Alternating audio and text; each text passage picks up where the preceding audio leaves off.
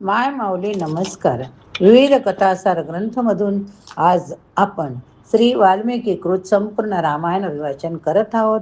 लाभ घ्या, लाभ द्या. चला तर सुरुवात करूया. अभिवाचनातनं भाग 48 युद्धकांड सुरू. श्री गणेशाय नमः. श्री रामचंद्राय नमः. मागील भागावरून पुढचा भाग आपण आता श्रवण करूया. आपल्या सैन्याची जमावजमाव करून धुम्राक्ष आपल्या गर्द जोडलेल्या रथावर आरूढ झाला. जोरजोरात हसत आपल्या गर्वाचे प्रदर्शन करीत हनुमानाने जेथे पवित्रा घेतलेला होता त्या पश्चिम दरवाजाकडे तो गेला. धुम्राक्ष लंकेच्या रस्त्यामधून मार्गक्रमण करू लागला तसे एक भले मोठे गिधाड त्याच्या रथाच्या मागच्या भागावर उतरले. तर इथून मांसभक्षक पक्षी त्याच्या ध्वजस्तंभावर बसले. अचानक कुणीतरी मस्तक रहित धड त्याच्या मार्गात फेकले. ढगातून रक्तमिश्रित पाण्याचा वर्षाव होऊ लागला. या अशुभ सूचक चिन्हाने धुम्राक्ष अत्यंत बेचैन झाला. काही राक्षस सैनिकांना तर भोवळ आली. तथापि द्वंद्वासाठी उत्सुक असलेल्या वानर योद्ध्यांसमोर धुम्राक्ष धडाडीने लढण्यासाठी उभा ठाकला. एक भयानक लढाई सुरू झाली. अनेक राक्षस वानर मारले गेले. वानर मोठमोठ्या खडकांनी झाडांनी राक्षसांचा चंदामंदा करीत होते. आपल्या गदाधार दातांनी नखांनी त्यांना फाडून काढत होते. शेवटी वानराच्या शक्ती सामर्थ्याच्या श्रेष्ठतेने राक्षस सैन्य घाबरले, पळून गेले. यातून संतापून धुम्राक्षाने वानर योद्ध्यांचा असा काही विध्वंस मांडला की तेही घाबरून पळून जाऊ लागले. हनुमान क्रोधाने लाल झाला. त्याने एक प्रचंड खडक उचलला, धुम्राक्षाच्या रथावर भिरकावला. त्यामुळे त्याच्या रथाने तुकडे तुकडे केले. राक्षस योद्ध्याने जमिनीवर उडी मारून स्वतःचा बचाव केला. इकडे हनुमानाने आपला विध्वंस चालूच ठेवला होता. एक पर्वतशिखर हातात घेऊन हनुमान धुम्राक्षावर चालून गेला. राक्षसी हनुमानाला भिडकवण्यासाठी पुढे आला. त्याने कुशलतेने आपल्या गदेचा हनुमानाच्या डोक्यावर प्रहार केला, परंतु हनुमानाने त्या डोशाकडे लक्षच दिले नाही. त्याने पर्वतशिखर धुम्राक्षाच्या मस्तकावर भिरकावले. त्याने त्या राक्षसांचे शरीर अवयव छिन्न भिन्न झाले आणि तो मरून पडला. धुम्राक्षाचे सैन्य घाबरून लंकेच्या आश्रयाला पळत सुटले. त्यामुळे क्रोधित झालेल्या रावणाने व्रजद्रष्टाला लढाईवर पाठवले. या महान राक्षसवीराने जेथे गंगद थांबला होता त्या दक्षिण प्रवेशद्वारापाशी आपले सैन्य नेले. मार्ग आक्रमणाला मताला त्याला आकाशातून उल्कापात होताना दिसले. त्याने भयानक मादी गिधाडे आग ओकताना दिसली. तरी सुद्धा व्रजद्रष्टाने धैर्य एकवटले. तो लढायला जुंपला. अंगदाने अति जोरदार प्रतिकार केला. त्याने उपटलेल्या झाडाने राक्षस सैनिकांना झोडपले. त्यांना सेनापती हताशपणे बघत असता त्याचे संपूर्ण सैन्य घाबरून पळाले. क्रोधित झालेल्या व्रजद्रष्टाने आपल्या बाणांनी असंख्य शत्रू सैन्यांना ठार करून सोड घेतला. त्यामुळे वानर अंगदाच्या आश्रयाला गेले. वालीपुत्र व्रजद्रष्टाचा प्रत्यक्षपणे सामना करण्यासाठी सरसावला. मात्र त्या राक्षसवीराने 1,00,000 बाण सोडले. अंगद स्वतःच्याच रक्ताने न्हाऊन निघाला. एक मोठा वृक्ष भिरकावत अंगदाने प्रतिटोला लगावला, पण व्रजद्रष्टाने त्याचे तुकडे तुकडे केले. मग प्रचंड गर्जना करीत अंगदाने एक मोठा पर्वत कडा व्रजद्रष्टावर फेकला. त्यामुळे व्रजद्रष्टाच्या रथाचा चक्काचूर झाला. त्याला आपल्या संरक्षणासाठी उडी मारावी लागली. या संधीचा फायदा घेत अंगदाने ताबडतोब एक दगडगोट्याचा ढीग उचलला. तो व्रजद्रष्टाच्या मस्तकावर फोडला. तो राक्षस रक्त ओकत होते. आपली गदा आपल्या छातीशी घट्ट धरून ठेवत बेशुद्ध होऊन जमिनीवर पडला. तथापि व्रजद्रष्ट लवकरच शुद्धीवर आला. अंगदाच्या पुढ्यात येऊन त्याने आपल्या गदेने वानर प्रमुखाच्या छातीवर जोरदार प्रहार केला. नंतर दोघे योद्धे एकमेकांवर मुष्टी प्रहार करू लागले. हळूहळू ते थकत गेले तसे त्यांच्या मुखातून रक्त वाहू लागले. एका छोट्याशा विश्रांतीनंतर अंगदाने एक झाड उपटले तर व्रजद्रष्टाने आपली तलवार ढाल हाती घेतली. तथापि दुसरा थोडा वेळ लढल्यानंतर दोघंही वीर थकून गुडघ्यावर बसले. ही संधी पाहून अंगदाने त्वरित आपले बळ एकवटले आणि व्रजद्रष्टाच्या हातून तलवार खेचून घेऊन त्याचे मस्तक वेगळे केले. सेनापतीचा वध झालेला पाहून उर्वरित राक्षस सेनेने घाबरून लंकेपर्यंत माघार घेतली. नंतर रावणाने पुढचा राक्षस योद्धा अकंपन याला बोलावून सांगितले, सर्व प्रकारची शस्त्रे चालविण्यात तू निष्णात आहेत. लढाईसाठी तुझ्या उत्साहाची दुसऱ्या कुणाशी तुलना होऊ शकत नाही. आत्ताच्या आता जा, वानर सैन्याचा समूळ नाश कर.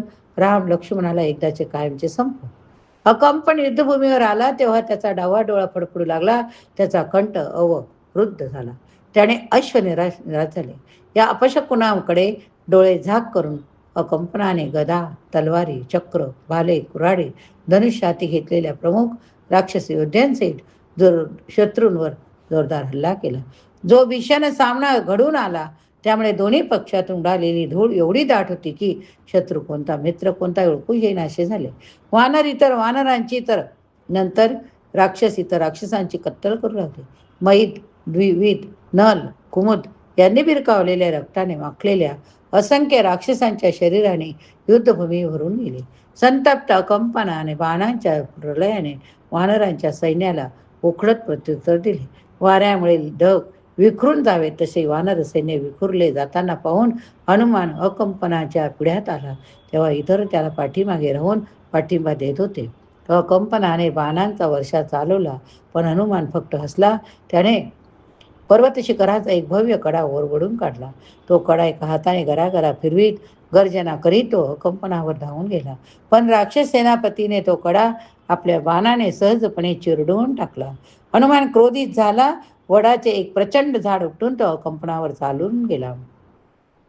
आपले रथ आणि वाटेत येणारे वृक्ष यांना चिरडणाऱ्या हनुमानाला अशा भयंकर रूपात पाहून राक्षस सैनिक घाबरून पळू लागले. तथापि अकंपन अचल उभा राहिला. हनुमानाने पुढे येणे चालूच ठेवले तेव्हा त्या राक्षसाने त्याच्यावर 14 बाण सोडले. तथापि हनुमान खचला नाही. त्या राक्षसाच्या जवळ आल्यावर हनुमानाने प्रचंड बाण त्याच्या मस्तकात जोरात आपटले. तो राक्षस मृत होऊन जमिनीवर कोसळला. आपला नायक गमावलेल्या राक्षसाने सुरक्षतेसाठी लंकेत माघार घेतली. तेव्हा राम, लक्ष्मण, वानर योद्धे हनुमानाची मनपूर्वक स्तुती करून त्याला आशीर्वाद देण्यासाठी त्याच्या भोवती जमले. दुपार होण्यापूर्वीच अकंपनाच्या मृत्यूची वार्ता रावणाच्या कानी गेली. अजिंक्य मिळवण्याला जाणारा आपला आणखी एक सरदार देखील वानर समूहाकडून मारला गेला. हे ऐकताच वानर अत्यंत क्षुब्ध झाला. नगरीच्या उर्वरित तटबंदीची पाहणी करण्यासाठी त्याने आपल्या मित्रांना बोलावले. रावण आपल्या सेनापतीला म्हणाला, हे प्रहस्ता, फक्त तू, मी, कुंभकर्ण, इंद्रजित, निकुंभ वानराचा पराभव करण्यास सक्षम आहोत.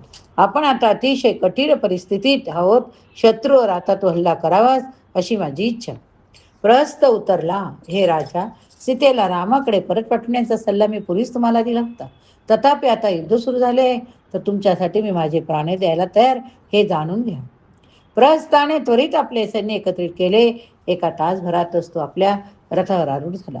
लढाईसाठी निघाला. युद्धभूमीच्या जवळ येत असता ग्रहस्थाच्या लक्षात आले की मांसभक्षक पक्षी आकाशात राहून त्याच्या मस्तकाभोवती घड्याळाच्या काट्याच्या विरुद्ध दिशेने गिरट्या घालीत आहे. आकाशातून उल्कापात होत होता. मादी गिधाडे अनिष्ट सूचक चित्कारत होते. कर्कश आवाजात ओरडणारे गिधाड आले. त्याच्या ध्वज काठीच्या शेंड्यावर स्थिरावले. थंडगार बोचरा वारा वाहू लागला. दाट ढग त्याच्यावर रक्ताचा प्रस्ताव वर्षाव करू लागले. त्याच्या सारथ्याच्या हातून वारंवार चाबूक सुटू लागला. रस्ता जरी सपाट होता तरी त्याचे घोडे अडथळू लागले. प्रहस्त निस्तेज दिसू लागला. पण तरी वानर राक्षस एकमेकांना आव्हाने देत गर्जना करीत असताना पतंगाने दिव्यावर झेप घ्यावी तसा प्रहस्त आत्मविश्वासाने सुग्रीवाच्या सैन्यावर चालून आला. जेव्हा लढाईला सुरुवात झाली तेव्हा नरातंक, कुंभ, हनु, महानाद, सुमन्नत या प्रहस्ताच्या 4 प्रमुख सहाय्यकाने वानर सैन्याच्या तुकड्यांमध्ये प्रचंड नासधूस केली. मग द्विविधाने एक मोठी पर्वत शिखर भिरकावून नरांतकाला ठार केले. दुर्मुख वानराने एका प्रचंड वृक्षाच्या प्रहाराने सुमंताचा मृत्यू घडवून आणला. त्याचप्रमाणे जांबूवालाने एका मोठा खडक महानादाच्या छातीवर फरकावून त्याला चिरडले. तारने एका उंच वृक्षाच्या आधारे कुंभहनूला नामशेष केले. प्रचंड रागवलेल्या प्रहस्ताने प्रत्युत्तरा दाखल केलेल्या बाणांच्या वर्षावाने हजारो वानरांचे शिरगान झाले. ते जिवंत राहिले. ते सैरावैरा पळत सुटले. वानराच्या सेनापतीने नीलाने असंख्य राक्षस सैन्याचा समूळ नाश करून तोडीस तोड उत्तर दिले. त्यानंतर लगेच नील प्रहस्त समोरासमोर आले. प्रहस्ताच्या बाणाने नीलाचे शरीर भेदून जमिनीत प्रवेश केला. तरी जेव्हा तो राक्षस त्याच्या दिशेने धावला तेव्हा नीलाने एक प्रचंड झाड उपटले, जोरदार तडाखा दिला. अविचलित राहिलेल्या प्रस्थाने बाणांचा वर्षाव चालू. जेव्हा हे बाण चुकवणे अशक्य, तेव्हा एखाद्या बैलाने शरद ऋतूतील वीज पाऊस अंगावर घ्यावे तितक्या सहजपणे नीलाने डोळे मिटून ते बाण स्वीकारले.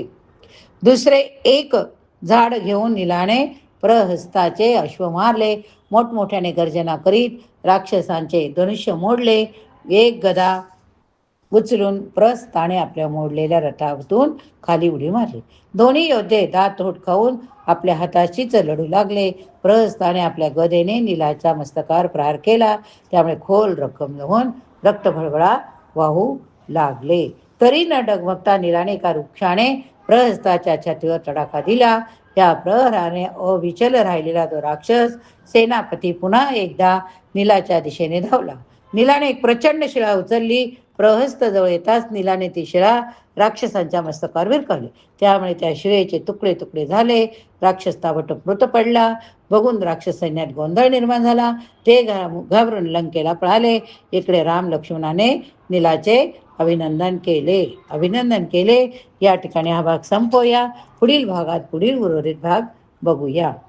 जर श्रवण केले असेल तर बोला जय श्रीराम लिहायला विसरू नका. श्रीराम जय राम जय जय राम, श्रीराम जय राम जय जय राम, श्रीराम जय राम जय जय राम, श्रीराम जय राम जय जय राम.